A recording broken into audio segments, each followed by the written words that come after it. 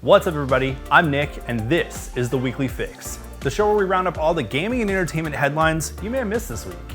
Good news PlayStation owners, as of this week it turns out that almost new PS5 you managed to defeat a bunch of robots to buy is entering its twilight years. But Sony isn't the only console maker dominating the headlines this week, because Microsoft has announced they plan on porting 4 Xbox exclusives to other consoles. We really live in strange times. Outside of that, we've also got the latest on the Knuckles TV show, Diablo 4's very expensive DLC, and an update from Florida's finest on GTA 6. Hey, it's about that time where I say the thing, we get on with the show, so without any more delay, it's news and time.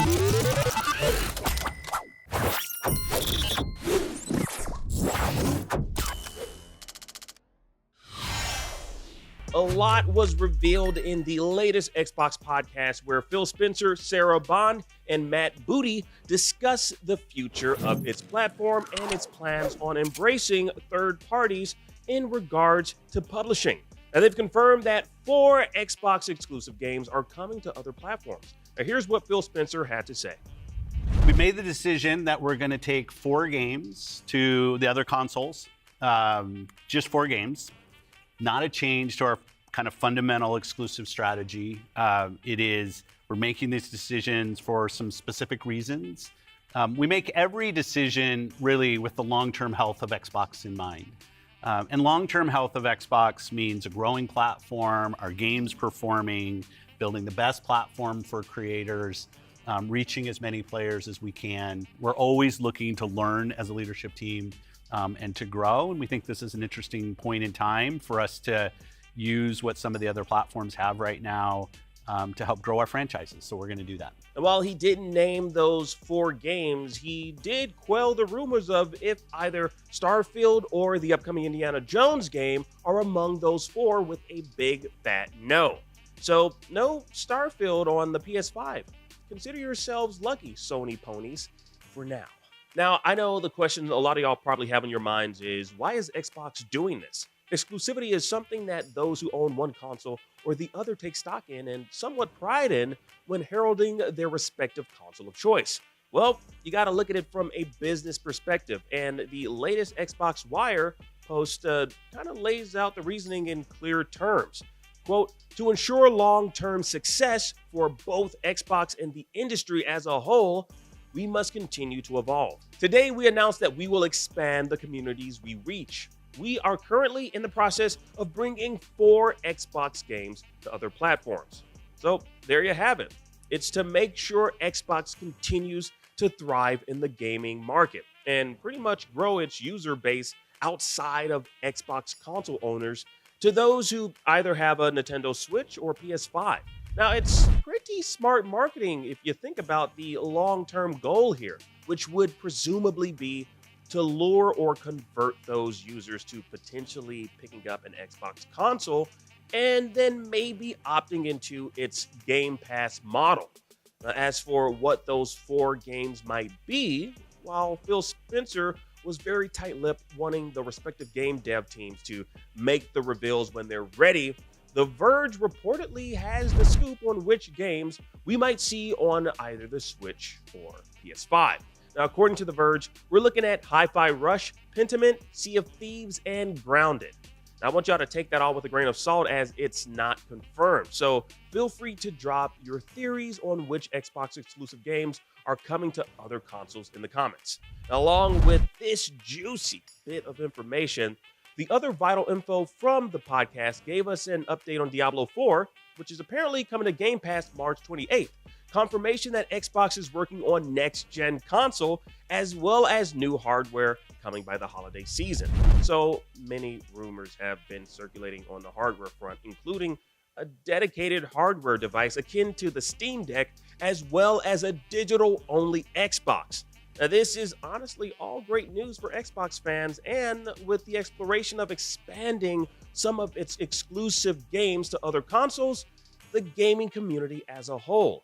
Like, it honestly just means more people enjoying more games. But I'm curious to know what y'all think about all this news. Let us know in the comments. After sales of the PlayStation 5 failed to meet expectations over the holidays, Sony has said the console is entering the latter stage of its life cycle. Sony had set an ambitious target of 25 million PS5 sold during the current financial year ending March 31st, 2025, but has now revised its forecast down to 21 million. Sales during the crucial holiday 2023 quarter came in lower than expected despite aggressive promotions. Sony sold 8.2 million PS5s during the third quarter ending December 31st, up from 7.1 million sold during the same quarter the previous year, but that was not enough to hit Sony's lofty target. According to Bloomberg, Sony's senior vice president Naomi Matsuoka said the company now expects the sales pace of the PS5 to start falling during the next fiscal year, which begins in April and runs until the end of March 2025. Matsuoka is quoted as saying, "Looking ahead, PS5 will enter the latter stage of its life cycle. As such, we will put more emphasis on the balance between profitability and sales. For this reason, we expect the annual sales pace of PS5 hardware will start falling from the next fiscal year." The PS5 launched in November 2020 during the height of the pandemic and has now sold 54.7 million units in just over 3 years. This November, the console turns 4 years old, and with Sony now saying it is entering the second half of its life cycle, thoughts will inevitably turn to the next generation and the PlayStation 6. One game that may be set for the PS6 as a launch title is Hideo Kojima's return to the action espionage genre, Fizzant. Kojima has said work on the game is expected to begin in earnest after Death Stranding 2 and in partnership with Sony. Death Stranding 2 has a 2025 release window. So the PS4 came out in November 2013. The PS5 came out 7 years later in November 2020. If this pattern repeats itself, the PS6 would be out in November 2027. Sony says it will not release any major existing PlayStation franchise games before April 2025. In a financial call, Sony Interactive Entertainment boss Hiroki Totoki said, "Regarding the first-party software, we aim to continue to focus on producing high-quality works and developing live service games. But while major projects are currently under development, we do not plan to release any new major existing franchise titles next fiscal year, like God of War Ragnarok and Marvel's Spider-Man 2. Totoki's comments appear to rule out everything from a Ghost of Tsushima sequel to a Horizon sequel before April 2025, which leaves a big first-party game gap in the PlayStation 5's slate.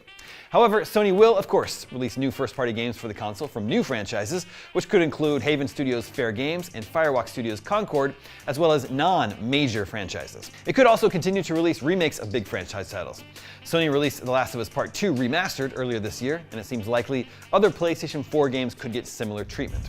Meanwhile, Sony is pushing hard on so-called second-party games to help flesh out the PS5's upcoming exclusive games list. It has secured Square Enix's hotly anticipated Final Fantasy VII Rebirth as a timed PS5 exclusive, as well as eye-catching action games Stellar Blade and Rise of the Ronin, all of which are due out soon. It's a strange scenario we find ourselves in where Sony has no first-party exclusives announced for the year at the moment, and Xbox has several, from Hellblade 2 to Avowed to Indiana Jones. With all the various games released throughout the months, gamers have a wide variety to choose from. As such, games that once received a surge of popularity might see numbers start to decline as the new hotness hits consoles and PCs. And that seems to be the case with the monster tamer / survival sim, Palworld. Now, there's apparently been a bit of online discourse amongst fans pertaining to the player-based decline, with Pocket Pair's community manager, Bucky, taking to Twitter to address the situation. Quote, "It has taken years to get to this point, and Palworld only really begins from here. Everyone is working hard to fix the issues and prepare new content and pals.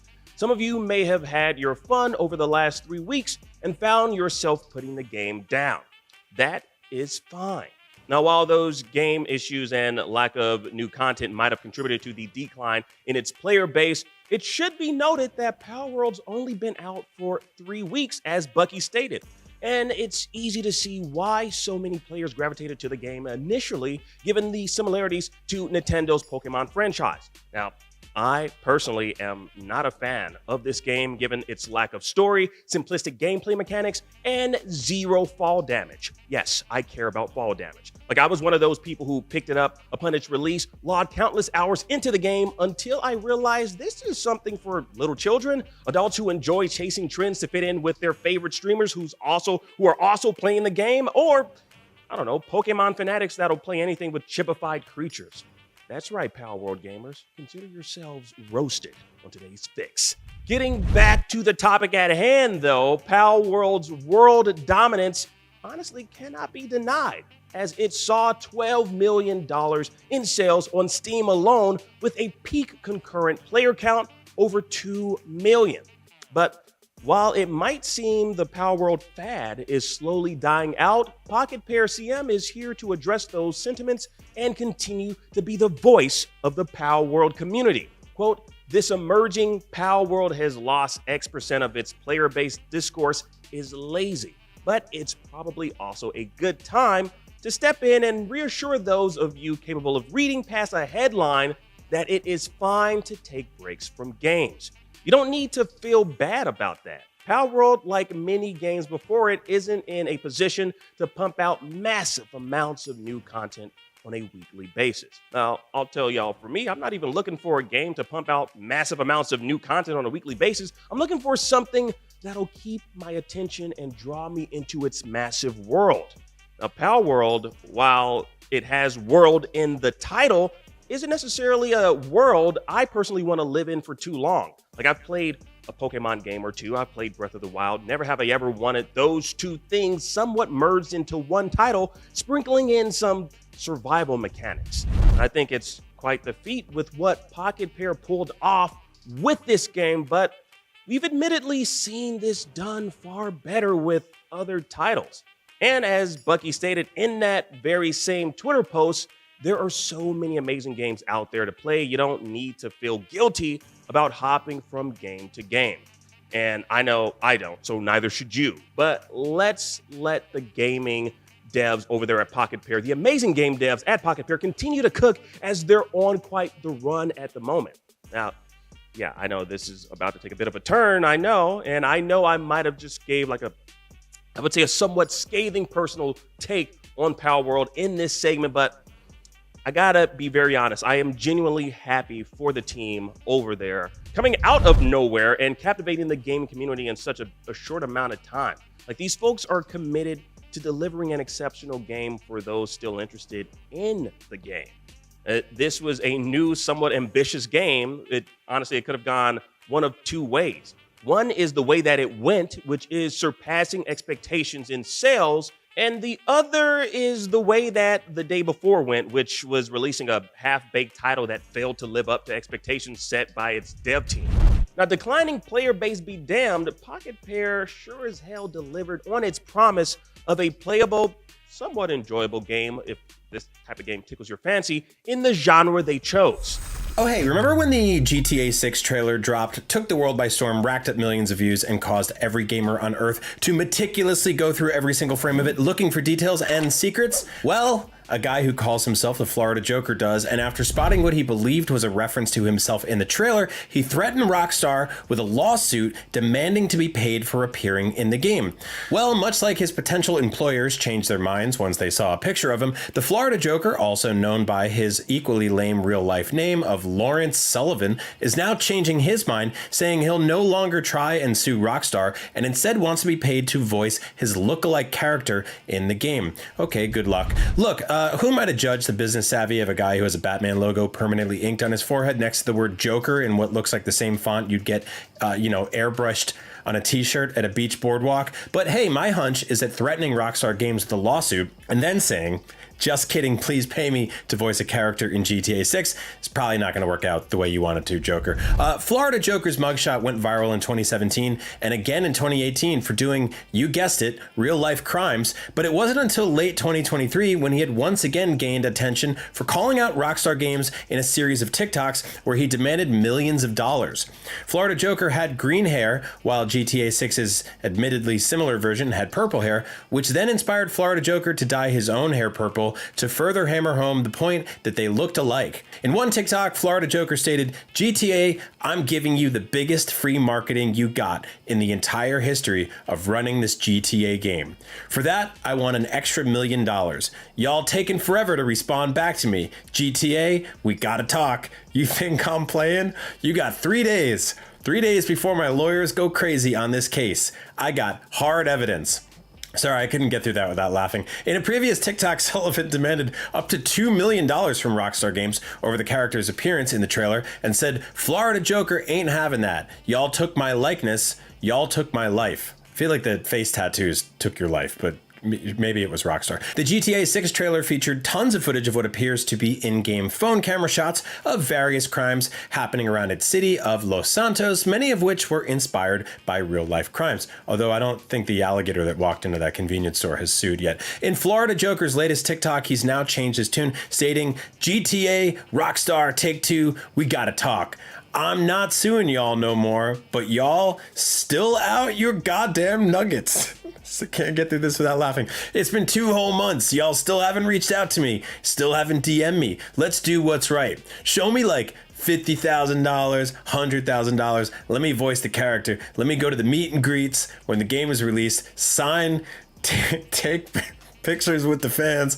Come on, man. We make worldwide news. Every blog, every news outlet covered me on the game. Everyone knows who I am. Trust me. So GTA, Rockstar, we gotta talk." As a person covering the story on IGN right now, I'm partially to blame for elevating those levels of delusion, but trust me, that still pales in comparison to Joker's final quote here, which states, "I'm making the game more relevant. People want to play it. I'm the reason the game is so hype right now." All right, okay. So should Rockstar Games pay Florida Joker millions of dollars, or even $100,000, or maybe $50,000 to voice his lookalike character in GTA 6, a game he thinks would totally bomb without his help? Or should Rockstar Games ignore this until his financial demands keep going down, considering it'll probably be down to like $5 or $10 by this time next week? Let me know in the comments below. And hey, good luck to GTA 6, a totally unknown game that needs all the promotional help it can get from the Florida Joker. It looks like the Joker finally met his match. That's right, possible, endless litigation. Stay away from face tattoos, kids. Anyways, Rockstar, if you're handing out VO gigs just to, anybody, you know where to find me. All right, it's about time for a quick break. When we come back, we're checking out the latest on the Knuckles TV show, Diablo 4's demonic microtransactions, and a whole lot more. Stay tuned.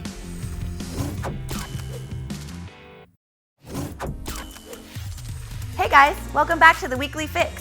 I'm Dee. We're gonna get back to the news in just a second, but first, here's the latest in social. We played PS5 inside the PlayStation car.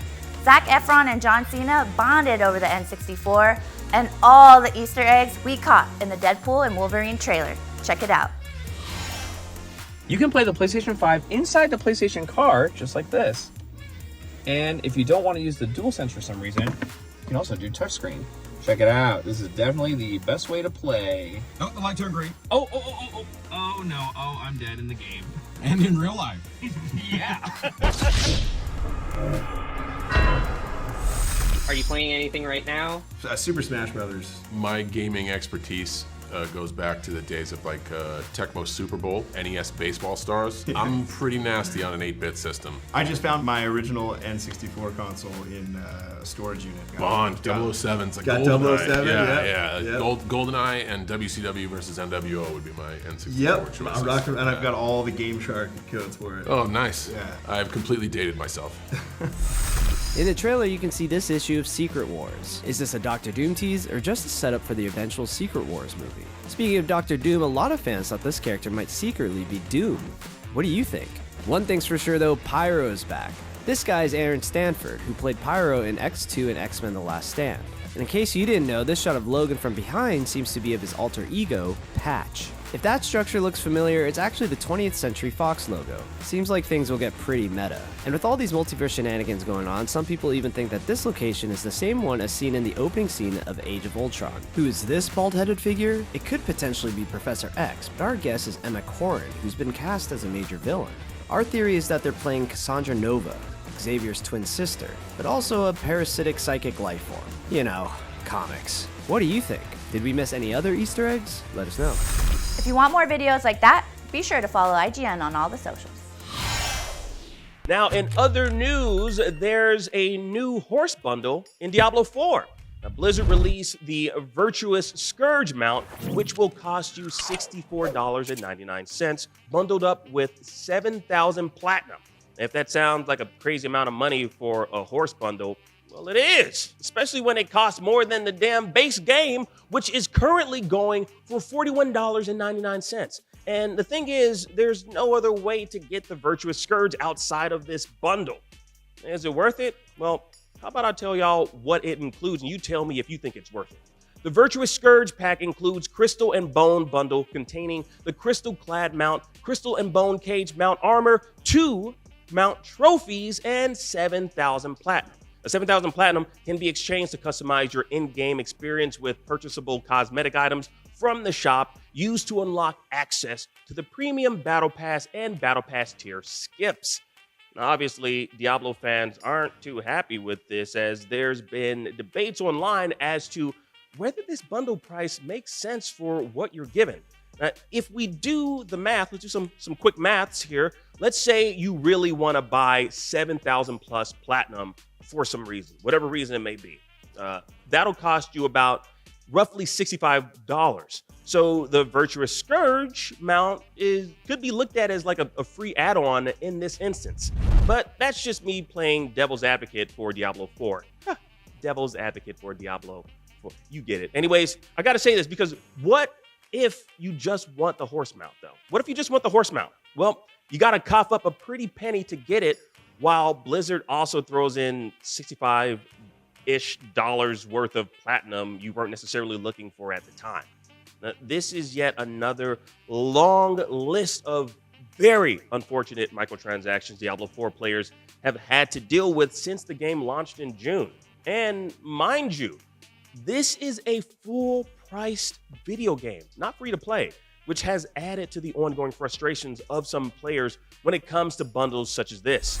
Moving on, with the Final Fantasy VII Rebirth demo in full swing, players are enjoying getting to grips with Cloud, Tifa, Aerith, and company in this PlayStation 5 remake of one of the most beloved role-playing games of all time. But it has also sparked yet another debate about the ways video games help players work out where to go, this time via yellow paint. If you've been playing Final Fantasy VII Rebirth, you'll have seen it. Color-coded paint that signals the parts of the environment that can be climbed. The debate, in summary. Some people don't like how in-your-face this hand-holding is in Final Fantasy VII Remake, and indeed modern video games in general. Others, however, point out that it can be helpful and is an important accessibility feature. When someone wrote on Twitter that the yellow paint virus had infected Final Fantasy VII, gaming accessibility consultant and blind gamer himself, Steve Saylor, pointed out, while the yellow paint on climbable ledges wasn't designed with disabled players in mind, it has helped people with low vision or who are cognitively disabled to see at higher contrast and recognize where they should go. Is it the only solution to this problem? No, but it helps. Developers too are weighing in, with some highlighting how in playtests and focus groups, players sometimes struggle to work out where to go, get frustrated, and quit playing altogether. Because of this, somewhat obvious and sometimes unrealistic visual cues are needed to help point players in the right direction. Others point out that video games have featured visual clues for exploration and progression for decades now. Digital Foundry's John Linneman shared that even the original Final Fantasy VII included visual aids of its own. If all this sounds familiar, that's because we've been here before, perhaps most notably with the Resident Evil 4 remake last year. When Capcom's superb remake arrived, a similar debate was had about the rights and wrongs of yellow paint plastered over climbable ladders.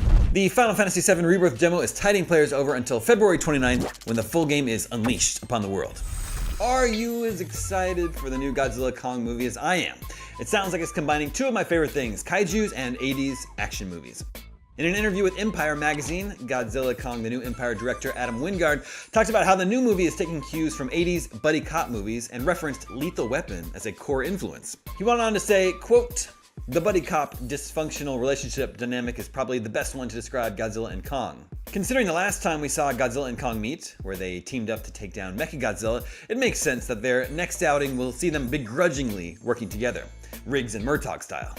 In the interview, Wingard also went on to reference Shaw Brothers' martial arts movies as an influence, specifically how those films prepare their characters for the final battle, saying, "Those films are always about, here's a big threat, and you have to do all these things to pump yourself up so that you can take on that threat." Wingard also promised a training routine for Godzilla, where we'll see lots of different versions of the nuclear-powered kaiju, which it sounds like he'll need to take on the film's villain, this giant orangutan-looking titan named Scar King. Godzilla Kong the New Empire is out March 29th.